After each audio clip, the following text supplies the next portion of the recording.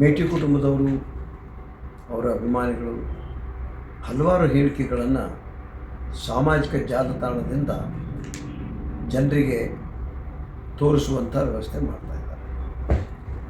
ಇಲ್ಲಿ ಮೇಟಿಯವ್ರ ಮನೆಯಲ್ಲಿ 4 ಜನ ಟಿಕೆಟ್ ಆಕಾಂಕ್ಷಿಗಳಿದ್ದರೆ ಅರ್ಜಿ ಕೊಡಲಿ. ಅಭಿಮಾನಿಗಳಿಂದ ಈ ರೀತಿ ಹೇಳಿಕೆ ಕೊಡ್ತಕ್ಕಂಥದ್ದು ನಿಲ್ಲಬೇಕು.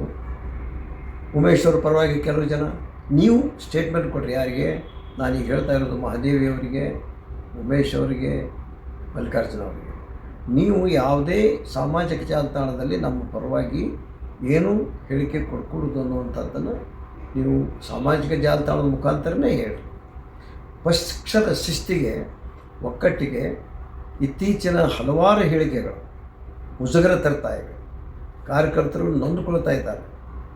ನನಗನ್ನಿಸ್ತದೆ ಇವರು ಅತಿಯಾದಂಥ ಹೇಳಿಕೆಗಳು ಒಬ್ಬರೊಂದು ಇವರಲ್ಲಿ ಒಕ್ಕಟ್ಟು ಇಲ್ಲೇ ಇಲ್ಲಲ್ಲ ಅನ್ನುವಂಥದ್ದು ಸಾಬೀತಾಗ್ತಾ ಇದೆ. ಅದರ ಜೊತೆಗೆ ಆ ದಿವಂಗತ ಮೇಟಿ ಒಬ್ಬ ಜನಪ್ರಿಯ ನಾಯಕ, ಅಜಾತಶತ್ರು. ಇವರು ಅವ್ರು ಹೋದ ಮೇಲೆ ಈ ರೀತಿ ಹೇಳಿಕೆ ಕೊಡ್ತಕ್ಕಂಥ ಅಡ್ಡಾಡೋದ್ರಿಂದ ಅನುಕಂಪ ಡೌನ್ ಆಗ್ತಾಯಿದೆ, ಅನುಕಂಪ ಕಡಿಮೆ ಆಗ್ತಾಯಿದೆ. ಆದ್ದರಿಂದ ಈ ವಿಷಯದಲ್ಲಿ ನಾನು ಇವರೆಲ್ಲರಿಗೂ ಹೇಳ್ತೇನೆ, ಇಲ್ಲಿಗೆ ನಿಲ್ಲಬೇಕು. ನಿಮ್ಮ ಹಿಂಬಾಲಕರು ಹಾಕಿದ್ರು ಅದು ನಮಗೆ ಸಂಬಂಧ ಇಲ್ಲ ಅಂತ ನೀವು ಜಾಲತಾಣದಲ್ಲೇ ಹೇಳಬೇಕು. ಇದನ್ನು ಮುಂದುವರಿಸಿದರೆ ಪಕ್ಷದ ಶಿಸ್ತಿನ ಚೌಕಟ್ಟಿನಲ್ಲಿ ನಾನು ಕ್ರಮ ತೆಗೆದುಕೊಳ್ಬೇಕಾಗ್ತದೆ. ಏನೋ ನಾ ಇಲ್ಲಿವರೆಗೆ ಸುಮ್ಮನೆ ಐತೆ, ಆದರೆ ಇದು ಅತಿರೇಕಕ್ಕೆ ಹೋಗ್ತಾ ಇದೆ.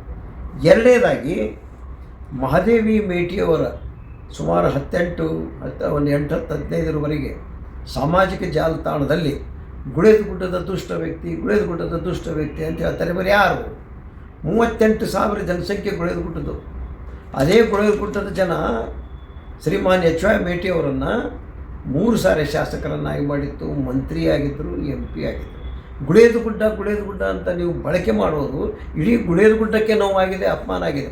ಗುಳೇದ ಗುಡ್ಡದಲ್ಲಿ ಅಂಥವ್ರು ನಿಮ್ಮ ಯಾರು ಇದ್ರೆ ಅವ್ರ ಹೆಸರು ಹೇಳಿ. ಅವರೇ ಹಿಂಗೆ ಮಾಡ್ತಾ ಇದ್ದಾರಂತೆ.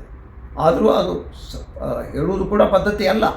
ಅದನ್ನು ನಾವು ಬಗೆಹರಿಸ್ಕೋಬೇಕು, ಕುಂತು ಮಾತಾಡಬೇಕು. ಆದರೆ ನೀವು ಗುಳೇದ ಗುಡ್ಡದ ಮೇಲೆ ಗುಳೇದ ಗುಡ್ಡ ಅನ್ನುವಂಥದ್ದನ್ನು ಆ ನಗರದ ಹೆಸರು ತೆಗೆದುಕೊಂಡದ್ದು ಸಮಂಜಸವಲ್ಲ. ಗುಳೇದ ಗುಡ್ಡದಲ್ಲಿ ಇಂಥ ವ್ಯಕ್ತಿ ಬೇಕಾರನ್ರಿ, ವ್ಯಕ್ತಿ ಹೆಸರು ಹಾಕಲಾರ್ದೆ ಇಡೀ ಗುಳೇದ ಗುಡ್ಡಕ್ಕೆ ನೀವು ಆರೋಪ ಕೊಟ್ಟಂಗಾಗುತ್ತೆ, ಅವಮಾನ ಮಾಡಿದಂಗಾಗುತ್ತೆ. ಇಲ್ಲಿಗೆ ನಿಲ್ಲಬೇಕು.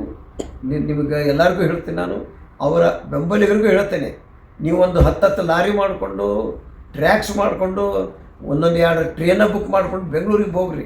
ಬೆಂಗಳೂರಲ್ಲಿ ಮುಖ್ಯಮಂತ್ರಿಗಳನ್ನ ಭೇಟಿಯಾಗ್ರಿ, ಇವರಿಗೆ ಟಿಕೆಟ್ ಕೊಡಿ ಅಂತೇಳಿ. ಶಿವಕುಮಾರ್ ಸಾಹೇಬ್ ಅಧ್ಯಕ್ಷರಿಗೆ ಭೇಟಿಯಾಗಿ ಇವರಿಗೆ ಟಿಕೆಟ್ ಕೊಡು ಅಂತ ಹೇಳ್ರಿ. ಜಿಲ್ಲಾ ಉಸ್ತುವಾರಿ ಸಚಿವ RP ತಿಮ್ಮಾಪುರ ಅವ್ರಿಗೆ ಹೇಳ್ರಿ. ಆದರೆ ಸಾಮಾಜಿಕ ಜಾಲತಾಣದಿಂದ ಈ ಒಂದು ಏನೊಂದು ಕ್ರಮ ಇದೆ, ಇದನ್ನು ನಿಲ್ಲಬೇಕು. ಇದು ಪಕ್ಷಕ್ಕೆ ಹಾನಿಯಾಗ್ತದೆ, ಅವರ ಮನೆತನದಲ್ಲಿ ಒಗ್ಗಟ್ಟಿಲ್ಲ ಅನ್ನುವಂಥದ್ದು ಗೋಚರ ಆಗ್ತದೆ. ಇಲ್ಲಿಗೆ ನಿಲ್ಲಬೇಕು, ಎಲ್ಲರೂ ನಿಲ್ಲಿಸ್ಬೇಕು. ನಾಳೆಯಿಂದ ಏನಾದರೂ ಇವರು ಯಾವುದಾದ್ರೂ ಸಾಮಾಜಿಕ ಜಾಲತಾಣ ಬಂದರೆ ಅವ್ರ ನಂಬರ್ ಯಾವುದೇನು ತೆಗೆದು ನಾವು ನೋಟಿಸ್ ಇಶ್ಯೂ ಮಾಡಬೇಕಾಗುತ್ತೆ. ಇದು ಪಕ್ಷದ ಹಿತದೃಷ್ಟಿಯಿಂದ ಹೊರತಾಗಿ ಮತ್ತೊಂದು ಯಾವಲ್ಲ.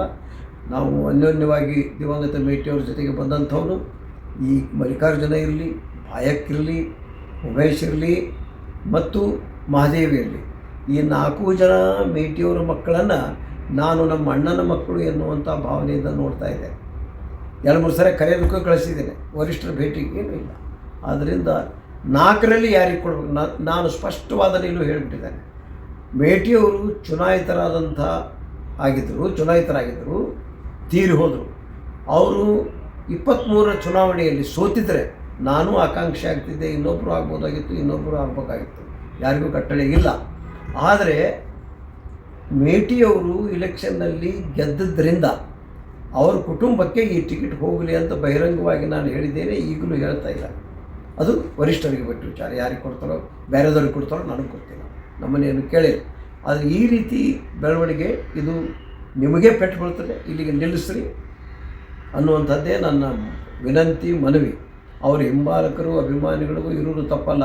ಈ ಬಹಿರಂಗ ಹೇಳಿಕೆಯನ್ನು ಅವರ ಅಭಿಮಾನಿಗಳು ನಿಲ್ಲಿಸಬೇಕು, ಅವ್ರ ಬಂಧುಗಳು ನಿಲ್ಲಿಸಬೇಕು ಅಂಥೇಳಿ ನಾನು ಸ್ಪಷ್ಟವಾಗಿ ಈ 4 ಜನರಿಗೆ ಹೇಳೋದಲ್ಲದೆ ಅವರ ಅಭಿಮಾನಿಗಳಿಗೂ ಹೇಳ್ತಾ ಇದ್ದೇನೆ. ಸಾಮಾಜಿಕ ಜಾಲತಾಣದಲ್ಲಿ ಇಲ್ಲಿಗೆ ನಿಲ್ಲಿಸ್ರಿ, ನಿಮ್ಮದು ಟಿಕೆಟ್ ಬೇಕಾಗಿದ್ದರೆ ಬೆಂಗಳೂರಿಗೆ ಹೋಗ್ರಿ, ಕೇಳಿರಿ, ಬರ್ರಿ.